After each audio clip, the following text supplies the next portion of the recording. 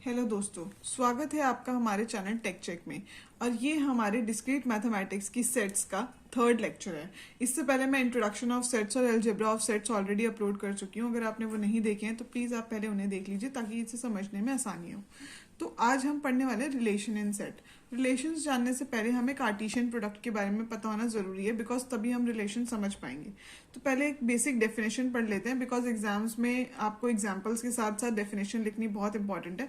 Competitive exams के लिए जो प्रिपेयर कर रहे हैं उनके लिए डेफिनेशन से कुछ ज़्यादा फर्क नहीं पड़ता है, पर भी एक बार पढ़ लेते हैं। Cartesian product of set A and B is defined as set of all ordered pairs x, y such that x belongs to A and y belongs to B।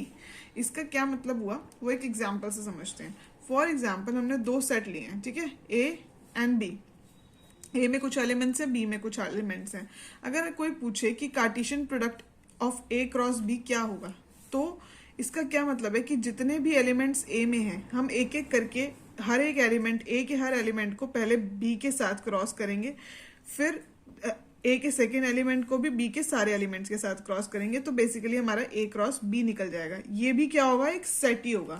जैसे कि अब ए क्रॉस बी क्या होगा, पहले 1,3 ये एक पेयर होगा, फिर 1,4, 1,5, फिर 1 के साथ सब कंप्लीट हो गए तो 2,3, 2,4, 2,5। ये सारे जो हैं बेसिकली सारे जो हैं ए क्रॉस बी के सबसेट्स बन जाएंगे और उसका भी एक कंप्लीट सेट, जहां पे यही लिखा हुआ है इसमें भी, Cartesian product of set A and B is definite set of all ordered pairs.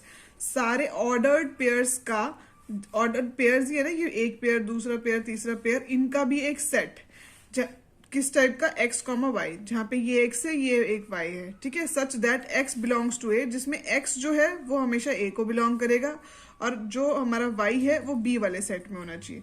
यही है डेफिनेशन। तो अगर आप ये एग्जाम्पल समझ जाएंगे तो डेफिनेशन आपके लिए बनाना बहुत ईजी हो जाएगा। तो ये बेसिकली कोई भी सेट का कार्टेशियन प्रोडक्ट होता है।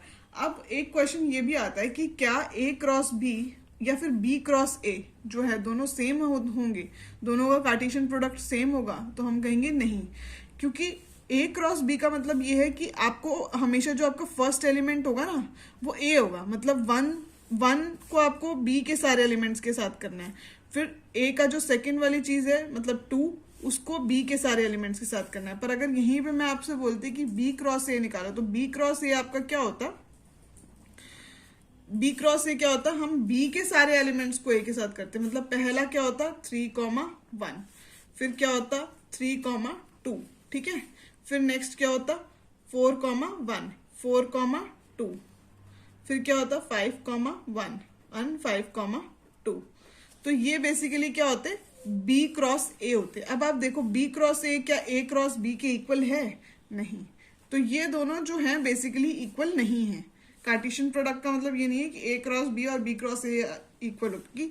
इसमें क्या है, फर्स्ट एलिमेंट जो होता है वो हमेशा किसका होता है, जिसको भी हम यहाँ पे हमारे लेफ्ट हैंड साइड पे जो भी होता है ना वो फर्स्ट होता है, फिर सेकंड, ठीक है।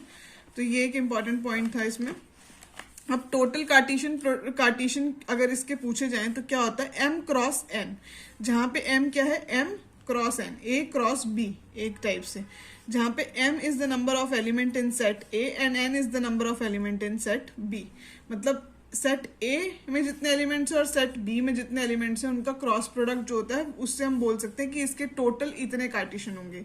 जैसे कि इसमें 2 है, इसमें 3 है, तो 2 3 6 होता है, 1 2 3 4 5 6, तो 6 इसमें कार्टेशियन जो हैं वो हमारे बने हैं, ठीक है।